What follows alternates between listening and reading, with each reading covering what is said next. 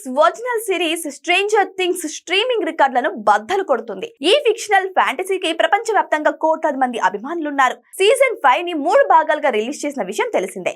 ఒక్కో భాగం స్ట్రీమింగ్ ప్రారంభమైన తర్వాత మొదటి 5 రోజుల్లోనే 60 మిలియన్లు అంటే 6 కోట్ల వ్యూస్ వచ్చాయి.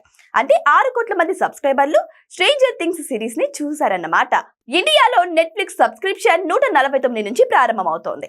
ఇక ప్రీమియం వర్షన్ కి $649 పే చేయాలి. అదే అమెరికాలో అయితే $8 నుంచి $24 వసూలు చేస్తున్నారు. ఒక్కో సబ్స్క్రిప్షన్ నుంచి యావరేజ్ గా $10 వచ్చాయనుకుంటే 6 కోట్ల మందికి $60 కోట్ల. మన రూపాయల్లో అయితే సుమారు 5,400 కోట్లు వస్తాయన్నమాట. ఇక స్ట్రేంజర్ థింగ్స్ సీజన్ 5లో నవంబర్లో 4 ఎపిసోడ్స్, డిసెంబర్లో 3 ఎపిసోడ్స్, జనవరి 1న ఫైనల్ చాప్టర్ రిలీజ్ చేశారు. అంటే ఈ సీజన్ లోని అన్ని ఎపిసోడ్స్ చూడాలంటే కనీసం 2 నెలల సబ్స్క్రిప్షన్ తీసుకోవాలి.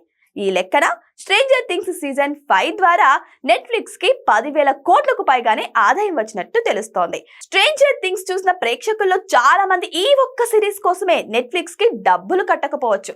కానీ వ్యూయర్షిప్ ఆధారంగా చూసుకుంటే ఈ సిరీస్ కి $1 బిలియన్ రేంజ్ ఉందని చెప్పుకోవచ్చు. ఇక భారీ హైప్ తో వచ్చిన Avatar 3 Christmas, new year holiday season ముగిసే సమయానికి $850 మిలియన్ వసూలు చేసింది. అంటే మన కరెన్సీ లెక్క ప్రకారం 7,500 కోట్లు. అంటే స్ట్రేంజర్ థింగ్స్ తో పోల్చుకుంటే అవతార్ 3 కలెక్షన్లు తీసికట్టుగా ఉన్నాయని చెప్పాలి.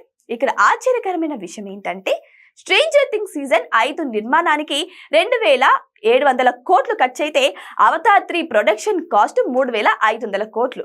ఈ లెక్కన నెట్ఫ్లిక్స్ సిరీస్ తక్కువ పెట్టుబడితో అవతార్ 3 కంటే ఎక్కువ వ్యూవర్షిప్ ని పాటు సబ్స్క్రిప్షన్ ఫీజు వసూలు చేసిందన్నమాట. ఇందుకే ఓటీటీ ప్లాట్ఫామ్లు హాలీవుడ్ స్టూడియోలను కొనేస్తున్నాయి.